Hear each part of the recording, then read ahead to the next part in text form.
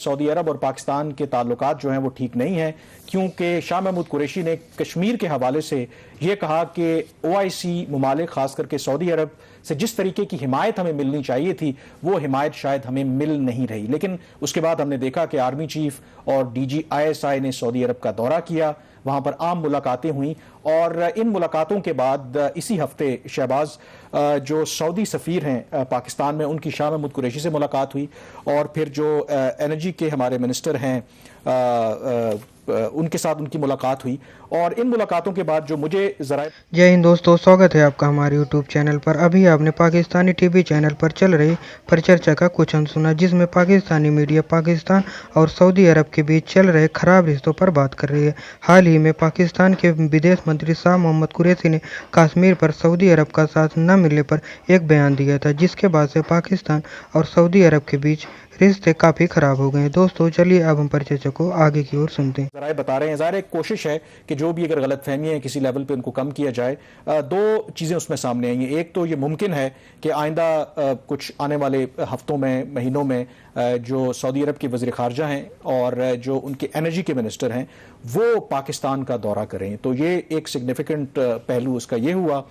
दूसरा मेरे ख्याल में जो चीज़ हमें समझने की ज़रूरत है कि क्या दोनों मुल्कों के दरमियान कोई इस किस्म का तनाव है। अगर आप देखें, दोनों ममालिक इस वक्त ये तासुर देने की कोशिश कर रहे हैं कि ऐसा कोई मसला नहीं है। दफ्तर खारजा ने भी एक बयान दिया था कि जहाँ तक सऊदी अरब का ताल्लुक है, जो मुस्लिम उम्मा की अगर हम बात करें तो जो सऊदी अरब की सेंट्रलिटी है उससे कोई इग्नोर नहीं कर सकता। दूसरी तरफ जो स्टेटमेंट जारी हुई सऊदी सफ़ीर से हमारे फॉरेन मिनिस्टर की मुलाकात के बाद, उसमें भी कुछ इसी तरह का इज़हार किया गया जो ट्रेडिशनल स्टेटमेंट्स होती हैं कि दोनों मुल्कों के दरमियान बड़े देरीना ताल्लुकात हैं और रीजनल और इंटरनेशनल इश्यूज़ पर भी बात।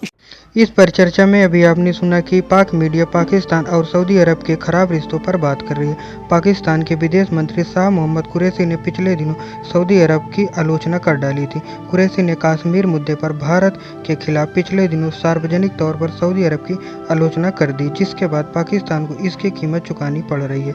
सऊदी अरब ने पाकिस्तान से उसे दिया गया $1 अरब का कर्ज चुकाने को कह दिया। साल 2018 में सऊदी अरब ने पाकिस्तान को $3.2 अरब का कर्ज दिया था, उसी में से यह हिस्सा मांग लिया गया। वहीं अब यह भी कहा जा रहा है कि सऊदी अरब अपने $1 अरब और मांग रहा है। दरअसल कुरैशी ने कहा था कि सऊदी ओवैसी को जम्मू कश्मीर के मुद्दे पर भारत के खिलाफ खड़ा नहीं होने दे रहा है। कुरैशी ने कहा था ओवैसी कश्मीर पर अपने विदेश मंत्रियों की परिषद की बैठक बुलाने में ढिलाई कर रहे हैं। पाकिस्तान कश्मीर से अनुच्छेद 370 के खत्म होने के बाद से ही 57 मुस्लिम देशों के संगठन ओआईसी के विदेश मंत्रियों की बैठक बुलाने के लिए लगातार सऊदी अरब पर दबाव डाल रहा है। अब तक पाकिस्तान को इस प्रयास में सफलता नहीं मिल पाई है। ओआईसी के जरिए भारत को कश्मीर पर चित करने की पाकिस्तान चाल में सऊदी अरब साथ नहीं दे रहा है। दरअसल ओआईसी में किसी भी कदम के लिए सऊदी अरब का साथ सबसे जरूरी होता है। पाकिस्तान,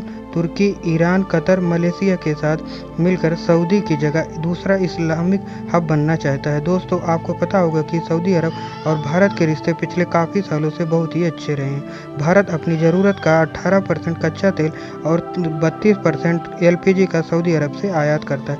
सऊदी से लगभग $22 अरब के पेट्रोलियम पदार्थ भारत खरीदता है। दोनों देशों के बीच लगभग 27.5 अरब से ज़्यादा का व्यापार। इस लिहाज से सऊदी अरब भारत में चौथा सबसे बड़ा व्यापारिक साझेदार बन चुका है। सऊदी अरब भी भारत को $100 अरब का निवेश करना चाहता है। इसी दूसरी ओर सऊदी अरब में स्मार्ट सिटी, रेड सी टूरिज्म और इंटरटेनमेंट सिटी जैसी परियोजनाओं में भारतीय कंपनियां लगातार हिस्सेदारी बढ़ा रही हैं। दोस्तों आपको वीडियो कैसी लगी आप हमें नीचे कमेंट करके ज़रूर बताएं और अगर आप हमसे जुड़ा रहना चाहते हैं तो आप हमारे यूट्यूब चैनल टैग न्यूज़ को भी सब्सक्राइब कर लीजिए। जय हिंद।